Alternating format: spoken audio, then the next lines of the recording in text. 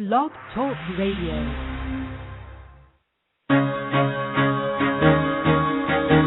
Carol the Coach.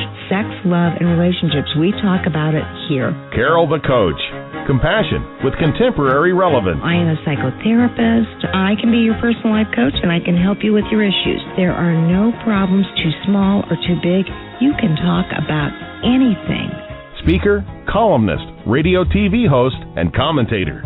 Carol the Coach brings messages of wellness and empowerment within reach of everyday people every day. Almost 5 years ago, I lost my soulmate in an accident. He was killed in a plane crash. Life just, for me, has seemed to stop. There are groups all over the city. I teach one. It is a specific way to start thinking so that you shift how you see the world, which then shifts your energy, and then you feel better and you actually see things differently. Carol the Coach. Always available, too, at carolthecoach.com. Now, I've got Russell on the line. I'm 47 years old. I'm a truck driver. I'm married. I have a wife in San Francisco. Okay. I haven't been home in 6 months. My thing is, I don't know if I have a sex addiction or what the problem is.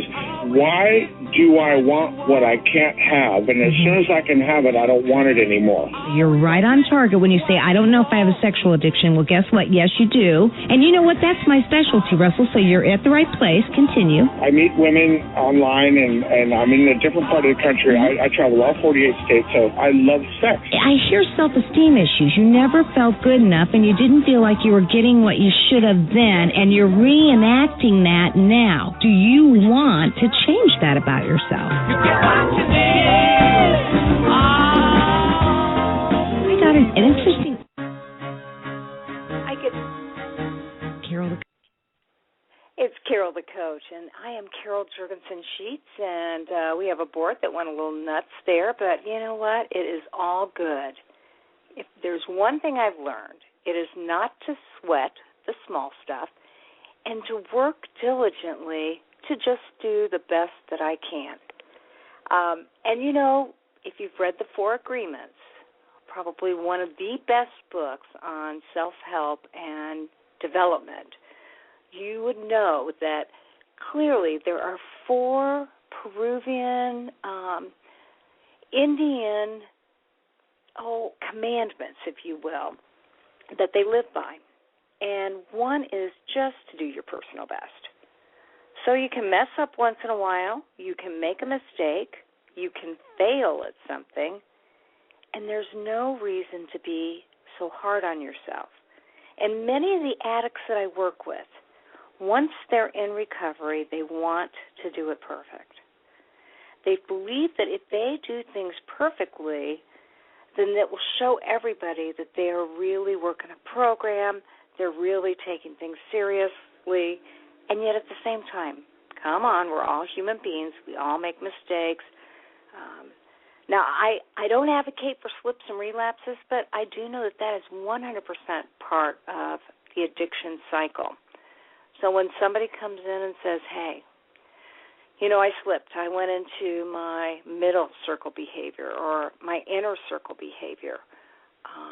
We talk about what to do to get right back on track to get into that outer circle behavior. And for some of you that don't know what I'm even talking about, SAA had developed this model by which there were 3 circles. The outer circle, which are the healthy behaviors, the middle circle, which are behaviors that are really a slippery slope.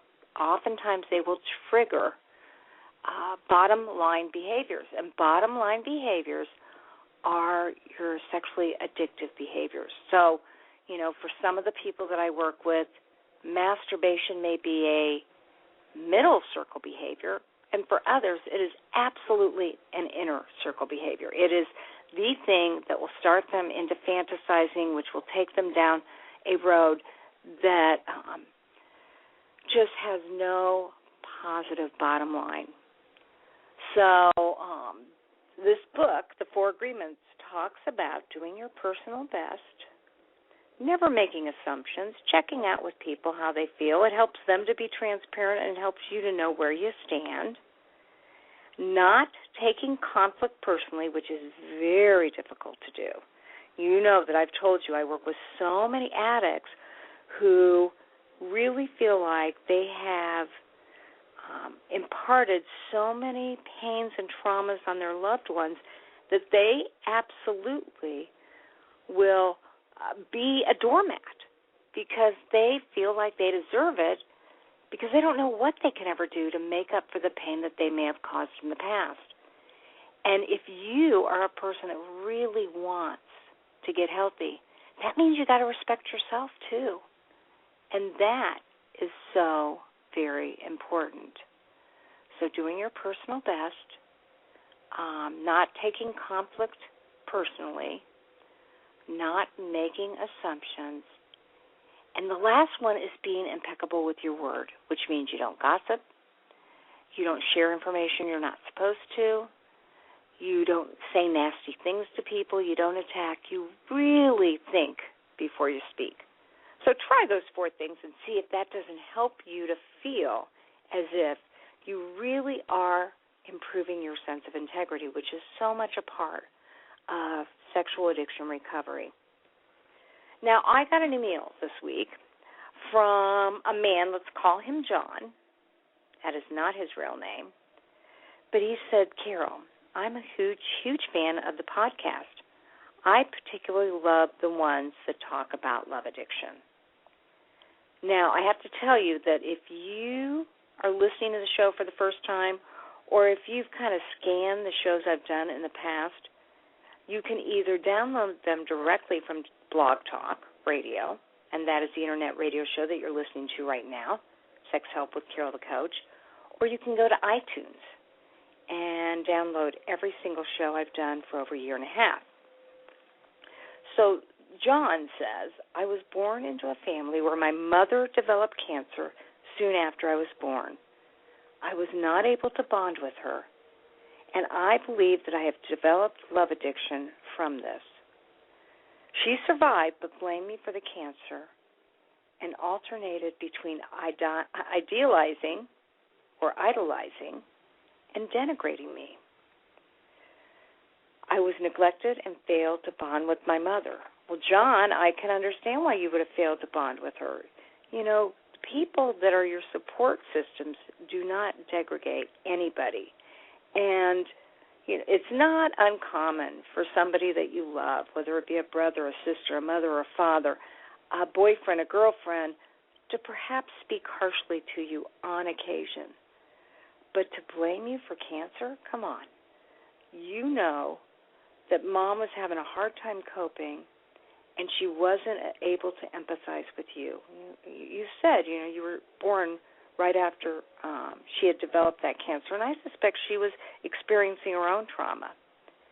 John says, I was neglected and failed to bond with my mother. She was also depressed and suicidal, and she made me her spouse. I don't think she ever touched me sexually, but many boundaries were crossed. I fantasized that I had a perfect mother and childhood, but obviously that came crashing down on me. Well, it's not unusual for kids to completely fantasize what they want and need as opposed to what's before them. So I'm not surprised that that was one of your coping strategies. Now, I got to tell you, for all my listening audience, John is very sophisticated in that he has sought the right help. He's listening to this podcast. He especially enjoys podcasts on love addiction. He has a certified sexual addictions therapist. He goes to individual therapy, and he goes to group. And here's what he says. You know, when I was about 7, I was sexually abused by an older boy. It was very traumatic for me.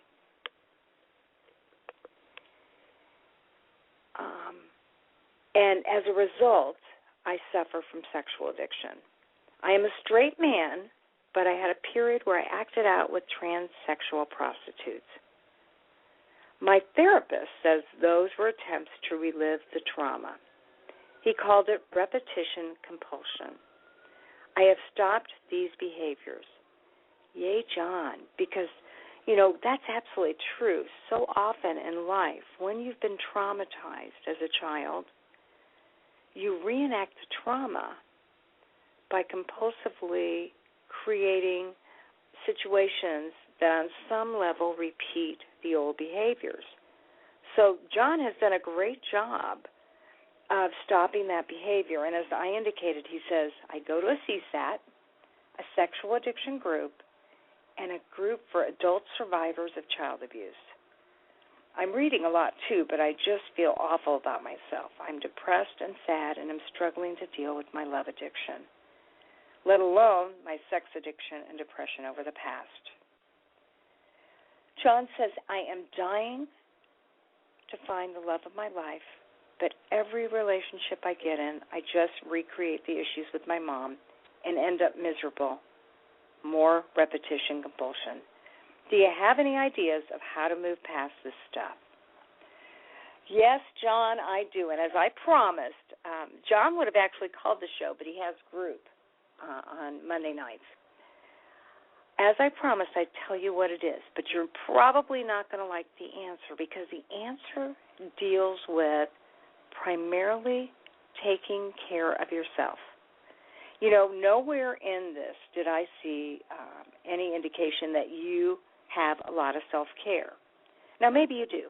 Maybe you exercise. Maybe you take warm, hot showers. Maybe you enjoy reading, not just the personal development stuff, but the stuff that's lighthearted and takes you away. Maybe you have an entire group of friends that are healthy. But I truly believe when somebody is suffering from love addiction and they didn't get their needs met early on in their childhood, they have to really work hard on that self-care component. And they also really have to get used to being alone.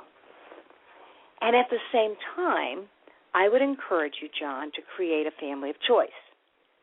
And by that, I mean that it's imperative that you create some healthy relationships that you can absolutely count on. You know, do you have a friend that you know indubitably has your back? Do you have some female friends that you have platonic relationships with? Is there an older person in your life that has some mothering or fathering qualities? You know, if you can find that with a pastor at church, if you can get that from an instructor in school, if you have that in, you know, a boss once removed, maybe obviously it may not be appropriate for you to have that with a boss, but do you know any older, wiser men or women at work that you don't necessarily divulge your whole life to, but that you form a relationship and maybe even practice that service mentality? What can you do for them? My promise to you is if you work on self-care, you get used to being alone, you don't look for that significant other, but instead create a support system filled with a family of choice, you're much more likely to get healthy quicker and create a structure, an infrastructure, so to speak, where you can end up including somebody, a love relationship in your life. You've got a lot of the right tools. There's no doubt about it. You're very wise. And you've got a lot of the right resources with your CSAT therapist and your sexual addiction group and your survivor group. I applaud you 100-fold for doing all that. And when you really feel like you're moving into that love addiction mode, you know, you didn't say, but I'm assuming that you do, you have read SLA books and you have gone to love addiction meetings, and hopefully you've read Pia Melody's Facing Love Addiction and all the resources that are available. For all I know, you may be leading a group because you seem awful wise to me. So that's how you can move past this stuff. It takes a long time.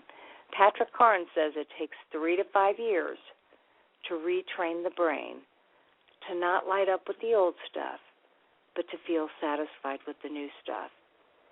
And then he encourages people to get a life coach and take their life to the next level, separate from a relationship, so that you find your purpose and your passion.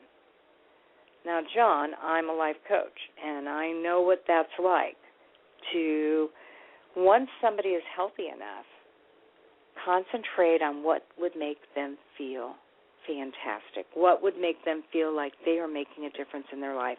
And let's face it, that's what 12-step groups are all about. When you get to that 12th step and you're servicing and helping other people, it's not the same as a one-on-one intimate relationship, but it is 100% what you need to do to feel that sense of integrity and like you're on that right track. So, John, I applaud you for doing all the right things. I want you to keep me posted. You can always email me at carolthecoach@AOL.com. And thanks so much for your email. Now, I'm excited because we're going to be interviewing a woman who helped to co-author an incredible book. If you are a partner of a sex addict, or if you're a sex addict and you want to understand more about your partner, she is absolutely the woman you want to listen to tonight. She's very, very astute in the field of helping partners of sex addicts, and she helped to write From Heartbreak to Healing, Helping Partners of Sex Addicts. And she's just an amazing person. She's a fellow CSAT, and she supervises CSATs. Her name is Mari Lee. And so I want to welcome her to the show. Mari, thanks for being a part of the show tonight. Hi, Carol. Thanks so much for having me. I'm excited to be here talking with you this evening. Well, yes, and I know that you really understand how sexual addiction seems to be at an all-time high, and people who suffer from the addiction and who love people that have the addiction are really wondering what they can do to get help. And so tell me a little bit about what made you co-author Facing Heartbreak, Steps to Recovery for Partners of Sex Addicts, which is, by the way, available on Amazon. Yes, it is. Thank you so much, Carol. Yes. I first got into this work, not by intention. If you would have let me know, I'm 50 years old, but if you would have told me 20 years ago that I'd be working with sex addicts and their partners, I would have thought that was crazy talk. But I came into this work by way of my own personal experience. I was in graduate school and working on my thesis, trying to figure out what the topic would be, and found at that time, my partner at that time was profoundly addicted to Internet pornography. And so that really led into a journey, a personal journey that evolved into my specialization as a psychotherapist.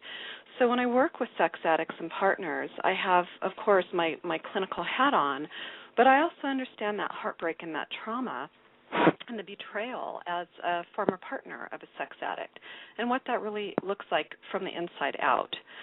So that's how I first got into this work, and originally I thought, well, I just want to work with the partners of sex addicts, but then quickly developed a compassion for these individuals who are really struggling in their lives. They don't set out to destroy relationships, destroy their own lives, or, be a person who's deceptive or betraying their partner.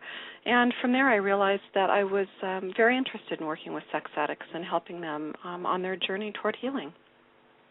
So you've actually been doing this work for 25-plus years? No. I've been doing this work, specifically this work, for 7 years. But first was introduced to the concept of sex addiction. I had no idea that what that even was about 20 years ago. Okay. And so you thought you would be probably affiliated more with partners, but you understood, and when meeting with the addict, him or herself, you saw that they didn't mean to destroy lives, that they actually were caught up in something that felt so compulsive they didn't know how to get out of it, and you had compassion for them. That's right. Exactly. Well put, Carol. When we talk about sex addiction, when I work with partners and sex addicts, I help them understand that, this is a really complex addiction. It's different from other addictions in that, the partner of a sex addict, well, for instance, if a person is married or partnered up with somebody who's an alcoholic, there's profound betrayal and hurt and woundedness there, but a bottle of vodka doesn't have sexual organs. So it feels like a much more complex and a deeper wound for partners. And there's a level of shame that addicts deal with, this compartmentalized life that we know as clinicians, where it's very hard for the insides and outsides to match. So a lot of that is trauma from early family of origin issues, and helping them move into a place where they can live authentically in a healthy way and have a new relationship with sex. Sex addiction really isn't about sex. It's about soothing. And so we want to go to the roots of the fruit being the acting out behavior. Let's look at the roots and what created that. Yeah, and I know for partners of sex addicts, they think it's all about sex and attraction, and they don't know initially that it probably does have to do with reenactment trauma or wounded childhoods. And so you work with not only the addict but the partner. Do you work with them as a couple? Well, it depends. I try and refer out. I prefer to have really clean boundaries around that kind of thing. So if I'm seeing the partner, I prefer just to work with him or her, the partner or spouse, and then refer their addicted mate out to their own therapist. If I work with the sex addict, then I prefer to refer the partner out to their own therapist. And then eventually I'll come around and do couples check-ins with them, but eventually I want them to have their own couples therapist as well. And I know that sounds like an awful lot of therapy, but it's the best way I've found to really put some scaffolding underneath that wounded couple. Well, yes, and obviously this is a couple as well as individuals that don't understand boundaries. And so what I hear you saying is that the boundaries really help everybody maximize the assistance they get with therapy. That's right. That's exactly right. So we want to look at, we know that sex addiction, Carol, is an intimacy disorder. So many of these individuals confuse intensity with intimacy. And we know that's a neurological response, and I won't get into all of that here, but it's very complex. So they don't understand what it is to be vulnerable and intimate with someone. That's very scary for a lot of people dealing with sexual addiction. So bringing a therapist in, for instance, if a therapist is working with the addict and the partner and the couple, now we're sort of reenacting intensity with that individual. So modeling really good boundaries and making sure each person has their own individual support, and then couple support is another way of supporting safety as they're going through their recovery process. Well, and safety is so important because more often than not, they haven't had a lot of safety in their own life. So you really want the clinician to be able to offer that to them. And so I understand. You're right. I'm sure to anybody listening, they go, oh, my gosh, that means we need at least 3 therapists in our family. Mm-hmm. But that really maximizes the therapeutic benefits. That's right. And the thing to consider in the beginning is that even though that can, especially for folks that have not been in therapy or counseling before, it can feel very overwhelming.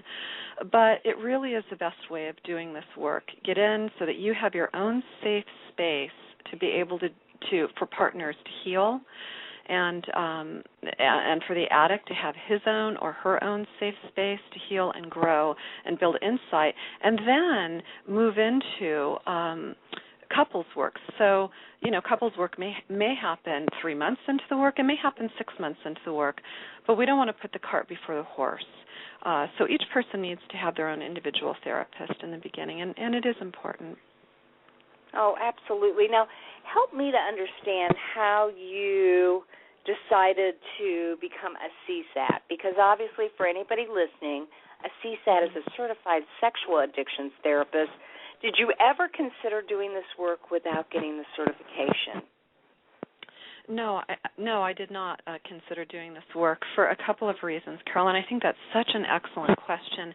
You know, for the general population, you know, letters behind a therapist's name, it can be really confusing and doesn't mean much. But when we see that CSAT, that CSAT certification behind a psychotherapist or psychologist's name, that individual can have the confidence in knowing that that therapist went through a very rigorous process of getting trained in this work.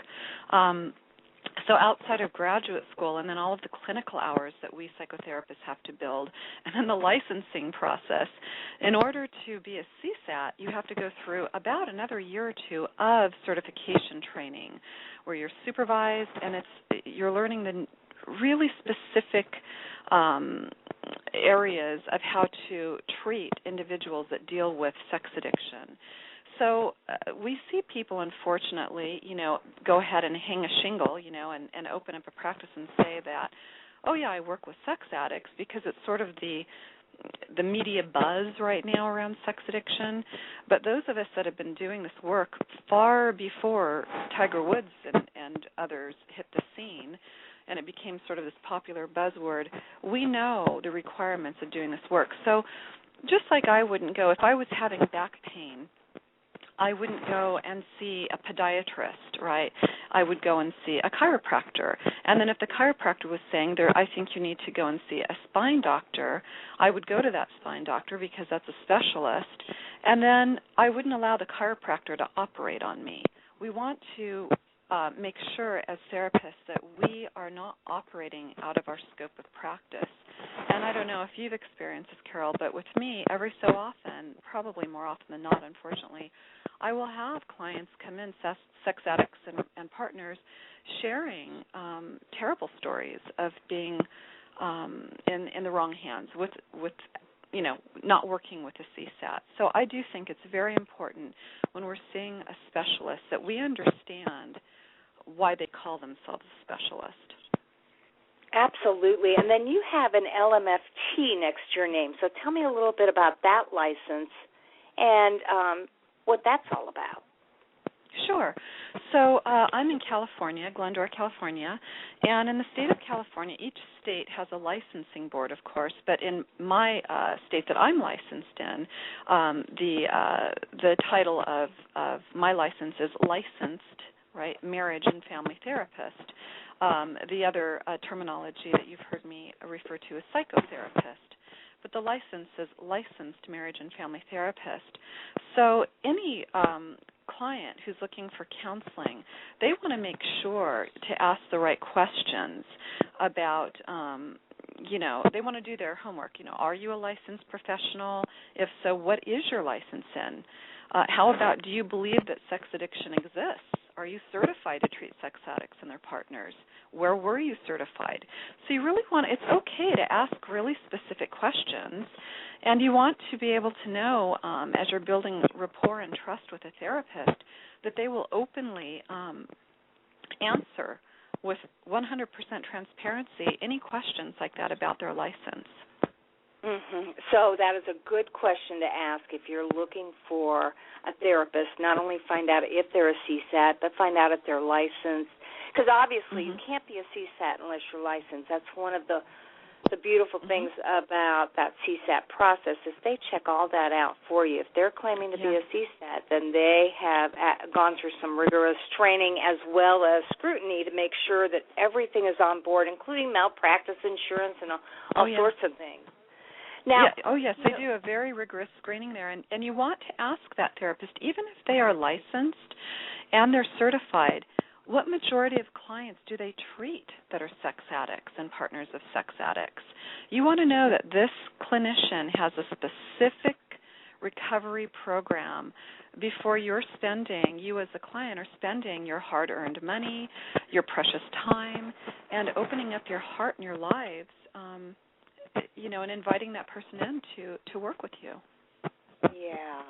Well, you have done so much. Obviously, you supervise CSATs, and you wrote this book, and it's an amazing book, Facing Heartbreak. Thank you, Carol.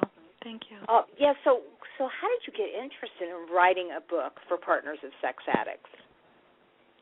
Well, part of the interest, of course, comes from my own personal journey, and then just that personal journey, I call it the gift in the wound. The gift in my wound was I now have a career that I'm passionate about. I'm passionate about working with sex addicts and their partners. And I've always loved to write. Writing has been something I've done. It was part of my first career. In fact, most of my early years as a professional were spent in some capacity or the other writing. So I always had a sense that I would publish a book one day. And then just sort of that perfect, the stars aligned and a dream team came along. Stephanie Carnes, who, of course, is Dr. Patrick Carnes' daughter and just, a force to be reckoned with on her own in our community of clinicians. And then Anthony Rodriguez, who he and I actually went through the certification program together and developed a lovely friendship and rapport and respect for each other's work. It was a really nice blend of voices. And Stephanie, I wanted to make sure that we brought in a male voice into this process as well.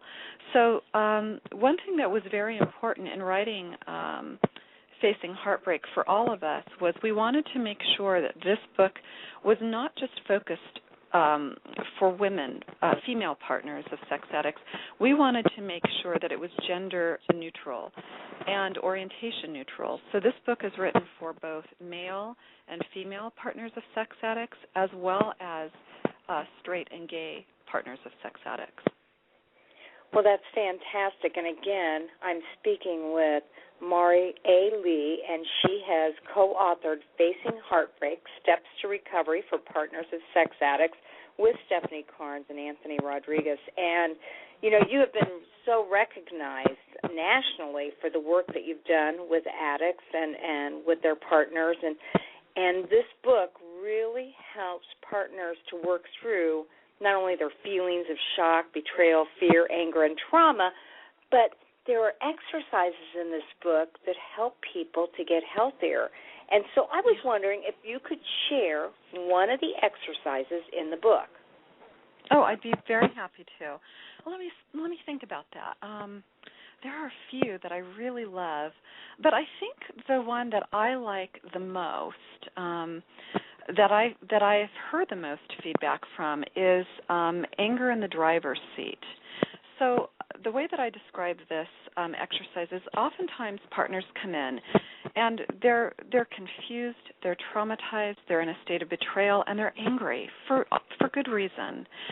And they don't know what to do with that anger. And as they move through their recovery process, they experience triggers, just like a sex addict experiences triggers to act out. With a sex addiction, partners experience trauma triggers, and sometimes those triggers come out in raging out at the addict.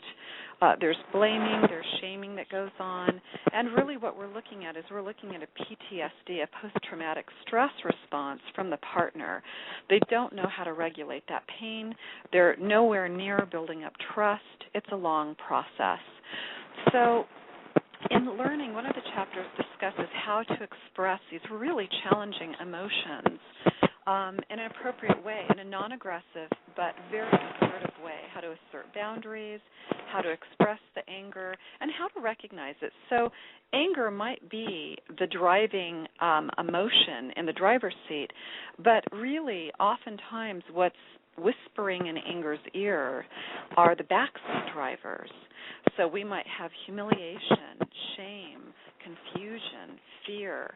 So helping the partners begin to do a little deep diving and recognize that what's underneath and what's informing their anger reaction helps them regulate and better understand, and it empowers them. It helps them feel more in control.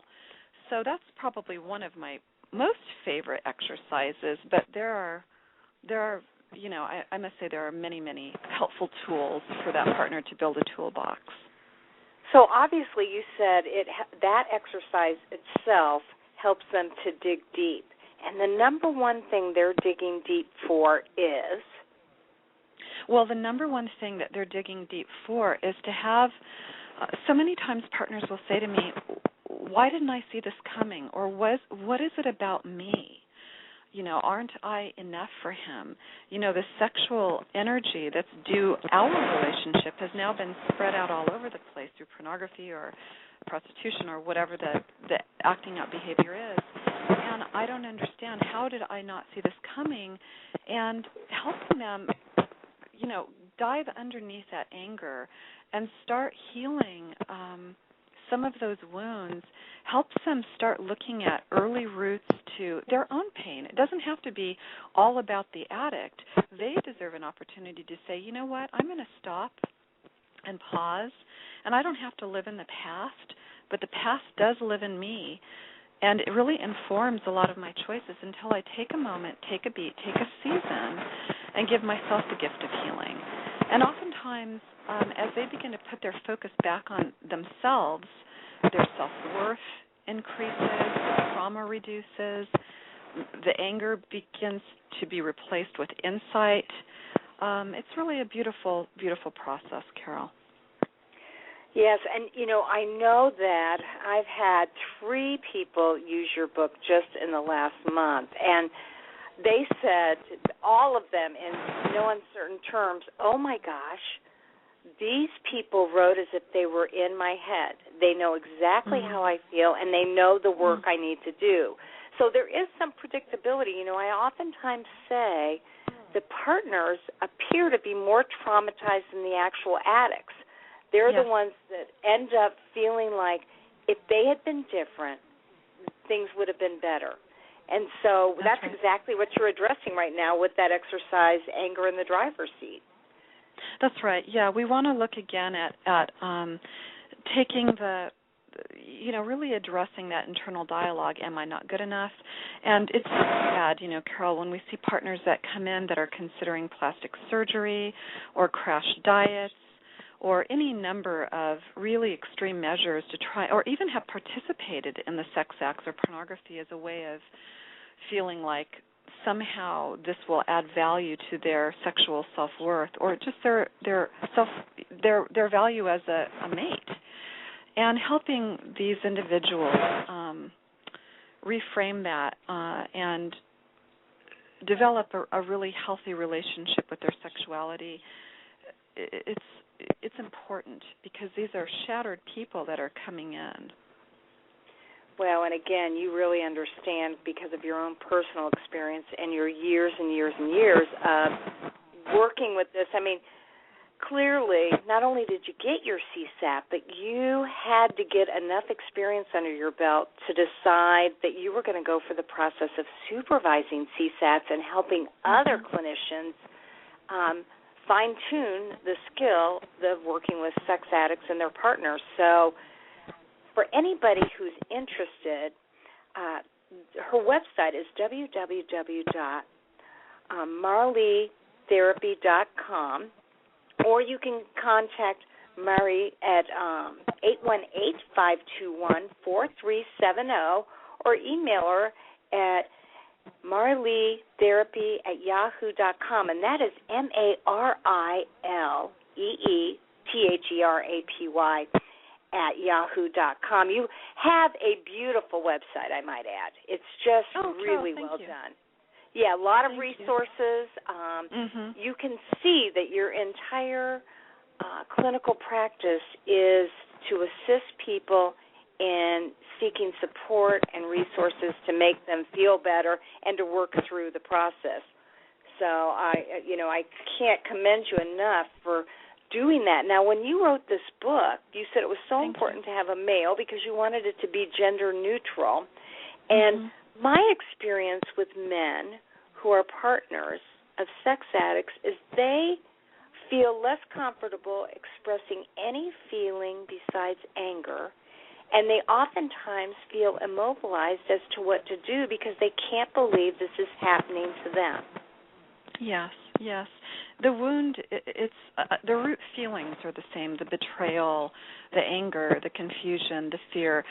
There's a different level of shame that I see with men because we have to remember that, of course, men and women are socialized differently in this country, right? For men who, so we have words like playboy and stud and, that kind of thing that we hear describing men who, have multiple sexual partners or are, highly sexual. But for women, we have very different terminology, right? And we know what those words are that are applied to women. So the two most shame ridden groups of or clients that I work with are the male partner of a female sex addict and the what was I going to say? And the female sex addict. So because the female sex addict feels like I can't let anybody know that this is what I'm dealing with. I'm so ashamed of myself. I'm considered, I don't want to offend your listeners, but a slut or a hoe or some of these things that we hear in in society, in the media, and of course, the man is a stud. And for male partners of female sex addicts, their shame is, I can't tell anybody about this because everyone's going to judge me. They're going to think that I'm not man enough to keep my wife satisfied. And again, it's not about sex. It's about soothing. So there's a lot of trauma. And yes, you're right, Carol, a lot of rage coming in. Yeah, absolutely. Now, as a therapist who's had years of experience in this field, what would you say a key piece of advice would be that you would give to a partner of a sex addict who may be listening to this show right now? Oh, gosh. Well, the very first thing I would say is you're not to blame.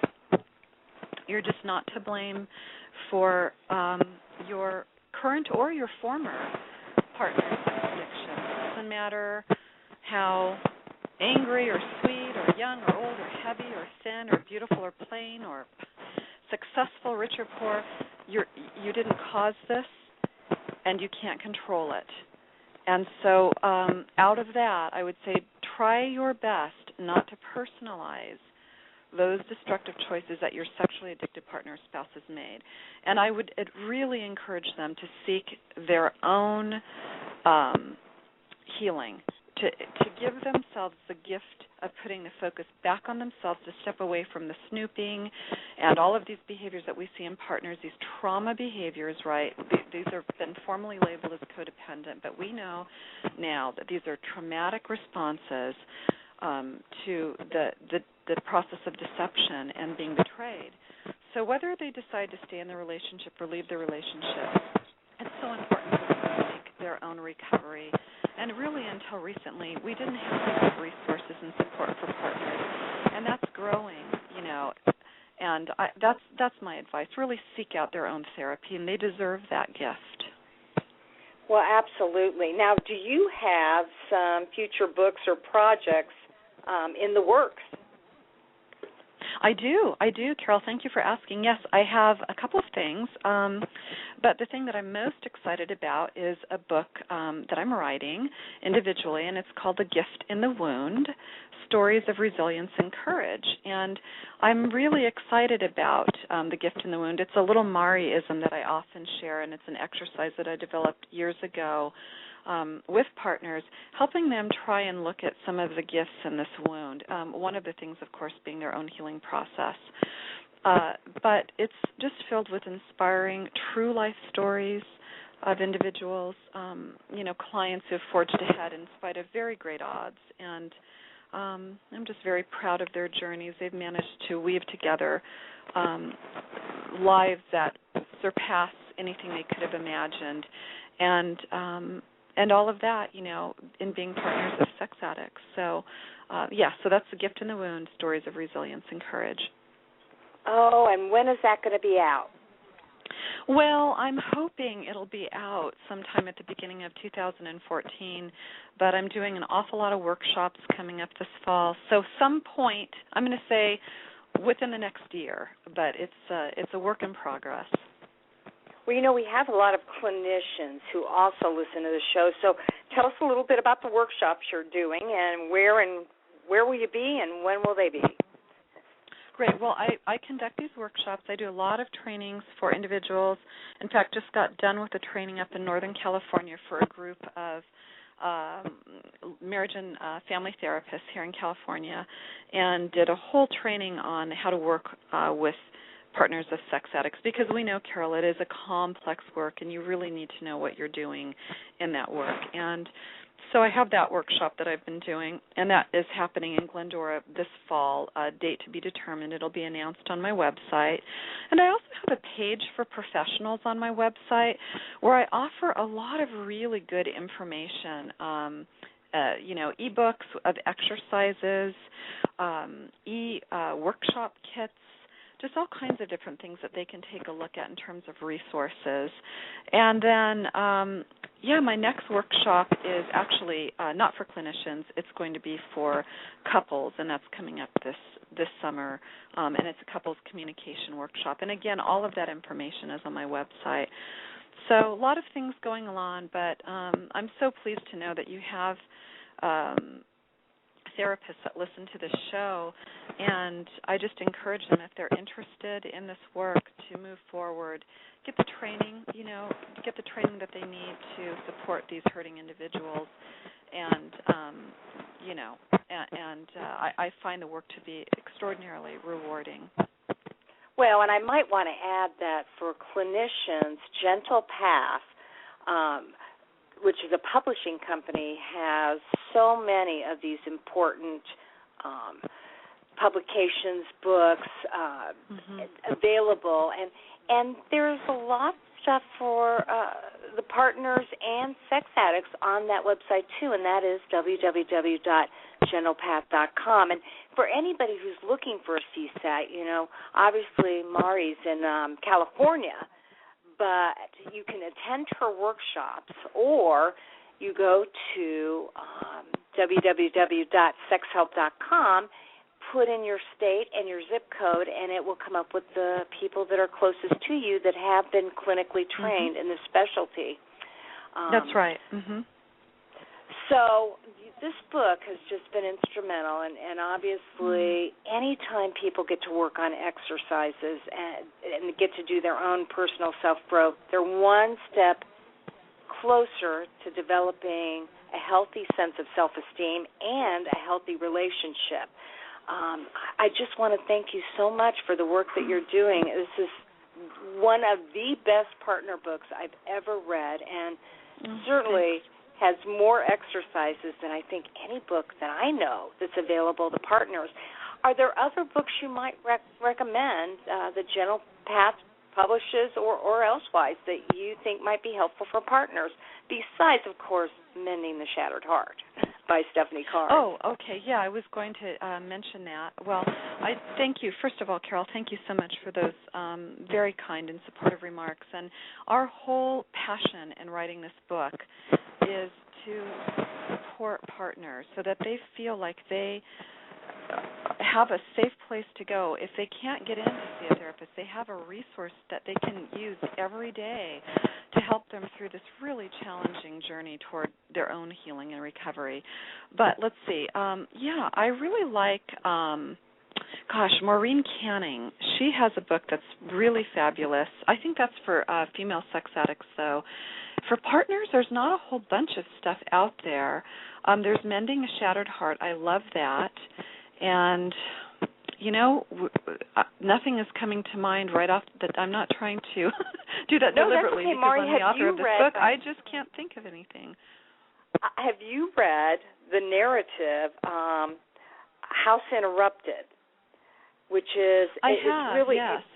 Yeah, I think that's an excellent book that speaks to the rage that a partner can feel when they're dealing with the betrayal that comes with sexual addiction and the work that a partner has to do to get help. Right, yes, so much rage and so much betrayal. And, another book, even though we're, again, getting past that, codependent label, another book that I like a lot is by Melody Beatty, and that is called Codependent No More. And so it just really speaks to some of the behaviors around overcompensating. So oftentimes partners will feel like they have to overcompensate in the relationship. Mm-hmm. And, I really think that Melody Beatty does a good job. Oh, another book that comes to mind is excellent, my partner's love, is The Betrayal Bond, Breaking Free of Exploitive Relationships by Patrick Carnes. Mm-hmm. And now things are starting to flow in. And one other that I really like a lot, Carol, is After the Affair by Janice Abrams Spring and Michael Spring. Oh, so I would say The wonderful. Betrayal Bond. Oh, she's great. Yeah, The Betrayal Bond by Patrick Carnes and After the Affair by Janice Abrams Spring are two really good books that I will often, of course, and then Mending a Shattered Heart by Stephanie Carnes. I'll often have my partners reading those as an adjunct to facing heartbreak. Yeah, because this really is a long-term process in that the pain doesn't go away in a month or two. It takes a while, and that is simultaneous with the growth that person makes. So this is a difficult process, but certainly one that can be overcome. So, again, I cannot thank you enough for your time and for having written this book. I can't wait to read your next one. And would you one more time repeat your website so that anybody who needs to get on there might look through that and see about your upcoming workshops? Oh, I'd be happy to, Carol. Thank you. Yes, it's www.marileetherapy.com, and I'll spell that. It's M as in Mary, ARILEETHERAPY.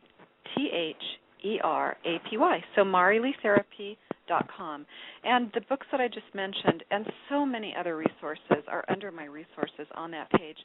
So they can come in to the website, they can tool around, look around, and I think they're going to find a lot of things that validate and support and point them into a direction of healing, and that's the ultimate thing. And thank you, Carol, so much for providing a platform for our voices to be heard and to just encourage and support partners and also people dealing with sex addiction and our fellow colleagues. I so appreciate it. Well, you're welcome, and look forward to seeing you at the next conference. You take care. I do too. Okay, talk to you soon. Bye-bye. Talk to you soon, Carol. Be well. Bye-bye. Well, as you can see, this woman is just a wealth of knowledge and knows exactly how it feels to experience the shame, the betrayal, the anger, the sadness, the loneliness and fear. And as she talked about earlier, the fact that it is so typical for partners to want to overcompensate and to feel like if they do something differently, it will make the difference with their addict partner. And the thing that makes the biggest difference is taking care of yourself. So if you're a partner of an addict, highly recommend that, again, you get this book, truly one of the best in the field, and it's called Facing Heartbreak, Steps to Recovery for Partners of Sex Addicts. It's available at Amazon and also through Gentle Path Publishing Company. And so, if you're an addict listening to the show, I certainly hope that gave you some insight into how your partner felt. And, certainly the men and women that I work with that are addicts so oftentimes are working on themselves, but they're really working on empathizing and validating their partner's pain and also their partner's growth. So we're going to be ending the show, and as I oftentimes say, at the end of every show, there will only be one of you at all times. So fearlessly have the courage to be yourself. Next week we have Jan Wolf, who's going to be talking about sexual addiction, another expert in the field. So I look forward to hanging out with you next week, same time, same place, and appreciate that you listen to us every Monday night at 9 o'clock, 9 p.m. Eastern Standard Time.